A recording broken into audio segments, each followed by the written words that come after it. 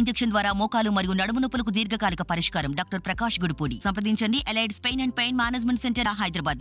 నిన్ననే మీరు గవర్నమెంట్ పోర్టల్లో కూడా చూసినారు, క్యాబినెట్ ర్యాంక్ అనౌన్స్ చేయడం జరిగింది. కానీ నువ్వు 10 సంవత్సరాల్లో మొత్తం అన్యాయం చేసినారు మైనార్టీస్కి. ఉర్దూ లైబ్రరీస్ బంద్ అయిపోయినాయి, ఉర్దూ కంప్యూటర్ సెంటర్స్ బంద్ అయిపోయినాయి, స్కూల్స్ బంద్ అయిపోయినాయి, కాలేజెస్ బంద్ అయిపోయినాయి.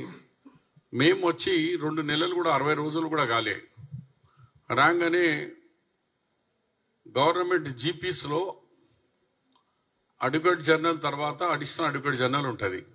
ఫస్ట్ టైం అడ్వకేట్ జనరల్గా ఒక ముస్లిం ఇమ్రాన్ను అడ్వకేట్ జనరల్గా నియమించడం. ఇప్పటి వరకు హైకోర్టులో ఎప్పుడు కూడా అడిషనల్ అడ్వకేట్ జనరల్ లేదు. ఇది మా గొప్పతనం, మైనార్టీకి ఇచ్చిన విలువ, వాల్యూ. దాని తర్వాత పబ్లిక్ సర్వీస్ కమిషన్లో ఒక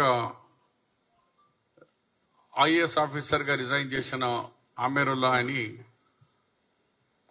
ఐఎస్బి కాలేజ్లో ఆయన ప్రొఫెసర్గా ఉన్నారు. అలాంటి గొప్ప చదువుకున్న వ్యక్తిని, అనుభవం ఉన్న వ్యక్తికి అక్కడ పబ్లిక్ సర్వీస్ కమిషన్ మెంబర్గా అపాయింట్ చేసినాం.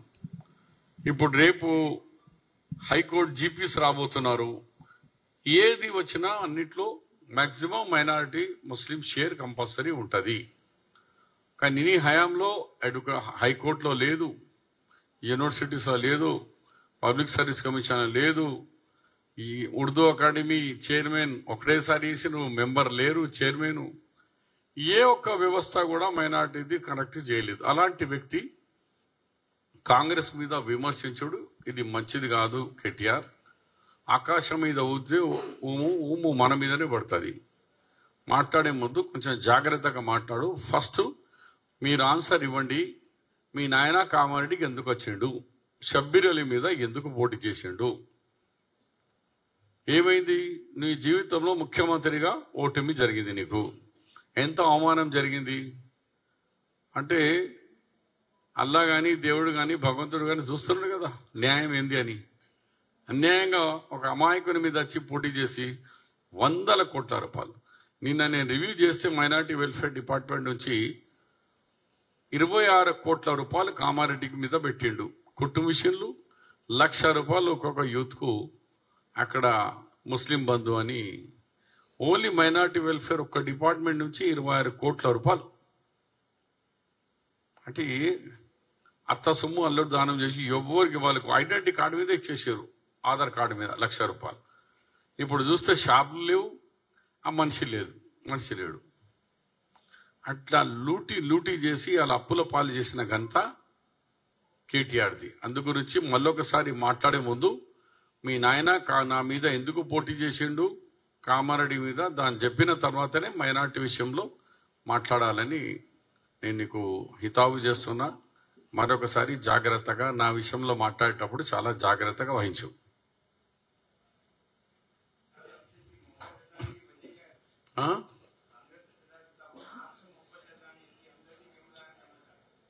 वही कुछ उनके पास बोलने के लिए नहीं है, मौका देख रहे कि मुसलमानों को कुछ वर्गलाएंगे हम। शब्बीर साहब को देखो नाइंसाफी करे बोल के। तुम कहाँ करे? तुम्हारा बाबा आके मेरे पास ठहरा, अब तुमको बोलने का हक क्या है?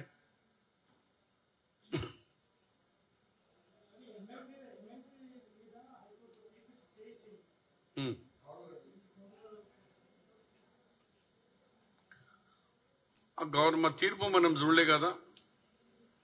ఆయన హైకోర్టు ఇచ్చిన తీర్పు మీద మనం ఏం మాట్లాడతాం, మనం దాన్ని చూడలేదు. మీకు సమయం అవుతున్నది ఉరికి వచ్చినా నాకు కూడా ఎవరో చెప్పినారు ఇప్పుడు ఇట్లా ఇంటర్ అవుతున్నప్పుడు, కానీ డీటెయిల్స్ చూడలేదు.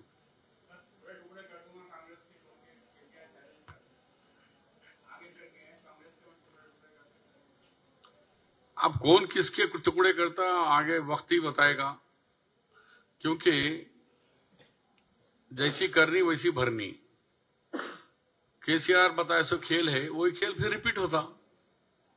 उन्होंने दूसरों के पार्टियां तोड़े, अब उनके लोग ही टूट के आ रहे, नक्शे कदम में नहीं टूट के आ रहे वो लोग। हम तोड़ना नहीं चाह रहे, मैंने वो लोग आ रहे, उनकी डिक्टेटरशिप से नाराज है एमएलएस।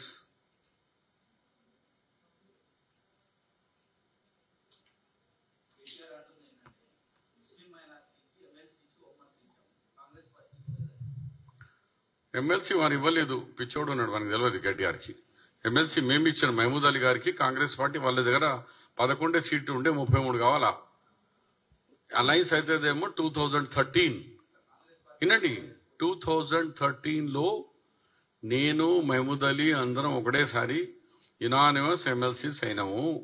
2013 టిఆర్ఎస్ పార్టీ ఎప్పుడు వచ్చింది పవర్లో? 14లో వచ్చింది. ఇది 13లో 1 ఇయర్ ముందే ఎమ్మెల్సీ కాంగ్రెస్ పార్టీ మీద పోనీ రేపు అలయన్స్ గా అవుతుందేమో అని అలయన్స్ పార్టీగా ఒక ఎమ్మెల్సీ మేము ఇచ్చినాం. ఆయనకు అప్పుడు కేవలం 11 ఎమ్మెల్యేలు ఉన్నారు ఆయన దగ్గర. మా భిక్ష అది. మరిన్ని వీడియోస్ కోసం ఛానల్ ని సబ్స్క్రైబ్ చేయండి, లేటెస్ట్ అప్డేట్స్ కోసం వాట్సాప్ ఛానల్ ని ఫాలో చేయండి అండ్ లింక్ డిస్క్రిప్షన్ లో ఉంది.